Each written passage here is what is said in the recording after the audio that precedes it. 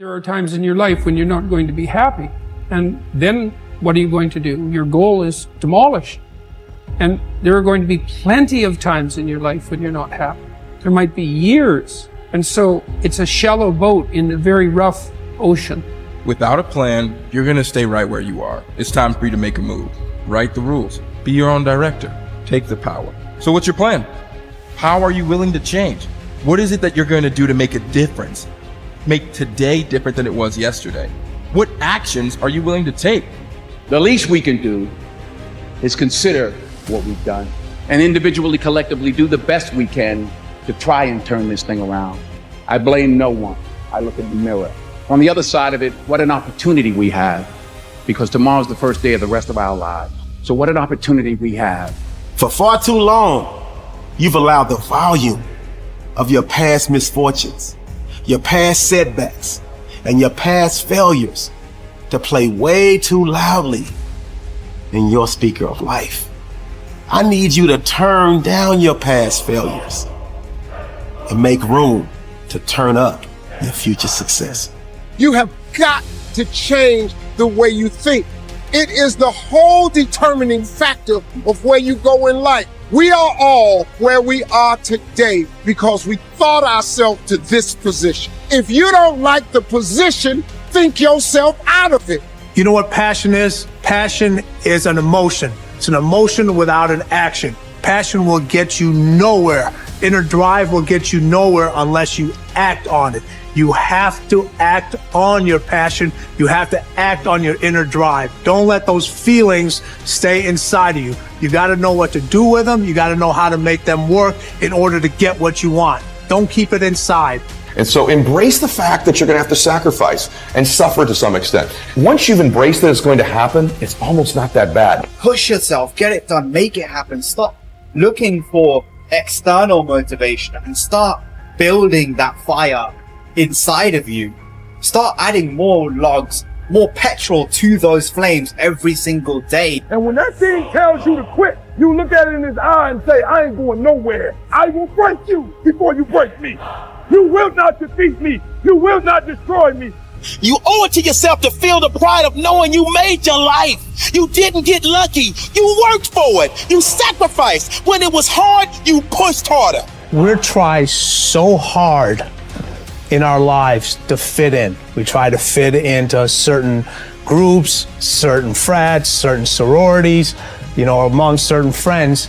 Yet the people we idolize are the ones that stand out. But when you're prepared, there is no fear. There is no fear of failure, okay?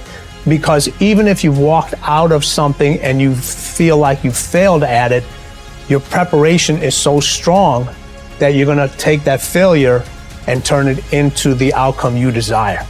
And most people stop at failure, okay? We've all failed at things. I'm gonna continue to fail at stuff, right? It's the most powerful tool you can use, but it all depends on how you use it. We talk about it in Relentless, okay? A scalpel, okay? In the hands of an individual, it can do unbelievable damage. In the hands of a professional, of a doctor, it saves lives. So it's the same thing with failure. It's how you use it. It's that drive inside of you, okay? It's what we talk about, the dark side. The dark side is filled with failure, but it's the fuel that burns you like something that's never burned inside you before. Fully mature people accept that their actions have consequences.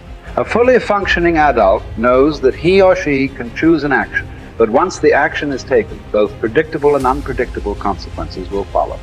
The true adult accepts that for every cause there will be an effect. For every action, there will be a reaction. You can choose the action before you act, but you cannot choose or control the consequence or reaction afterward.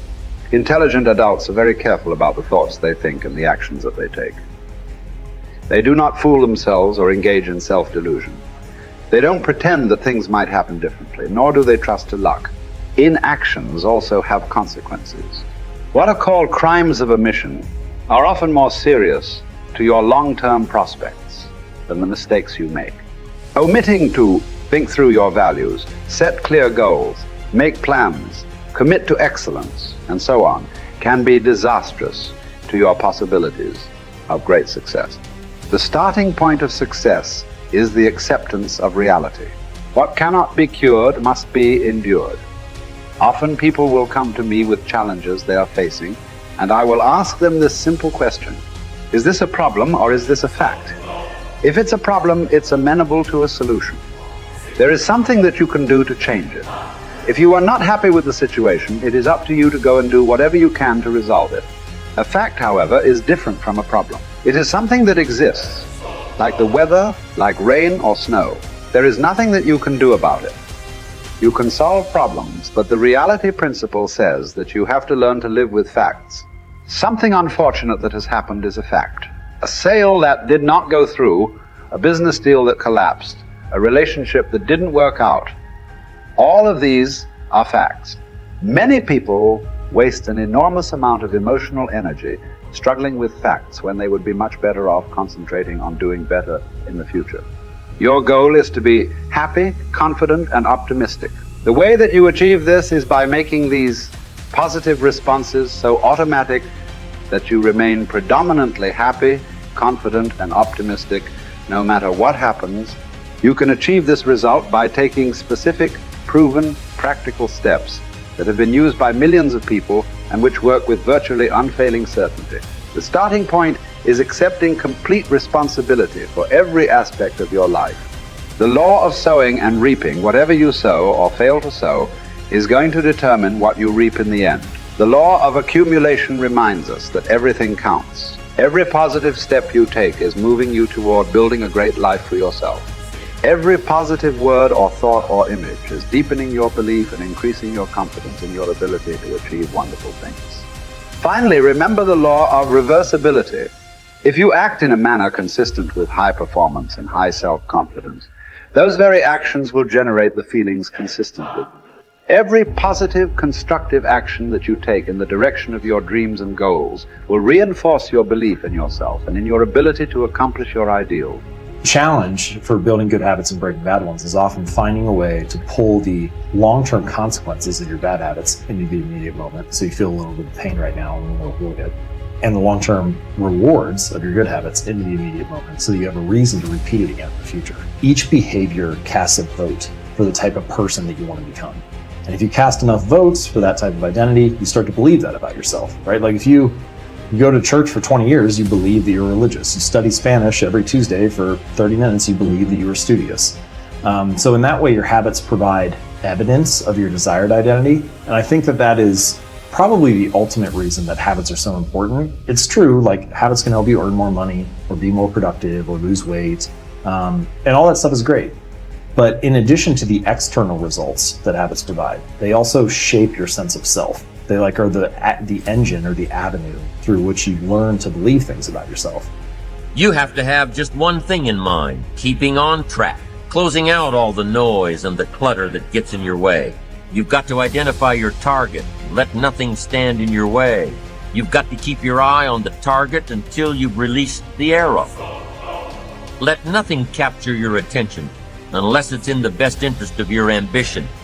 If you don't keep your mind on what you're doing, if you don't keep focused on the task at hand, it could slip right on by you. Wherever you are, be there. Whatever you're supposed to be doing for the moment, do it. You can't be thinking of everything you have to do at one time, all the time. You have to concentrate on just one thing at a time, one project, one job. You have to take it one task at a time and complete it. Do what you've set out to do. Keep your mind only on that one task. Why? If you don't, you won't accomplish anything. Concentration takes a lot of discipline. It takes a lot of discipline to demand privacy, to keep the do not disturb sign on your door while you're in the middle of an important job. It takes a lot of discipline not to answer the phone every time it rings at home. That's why they make voicemail and answering machines, so you don't have to answer the phone every time it rings. Your family will appreciate an uninterrupted dinner hour.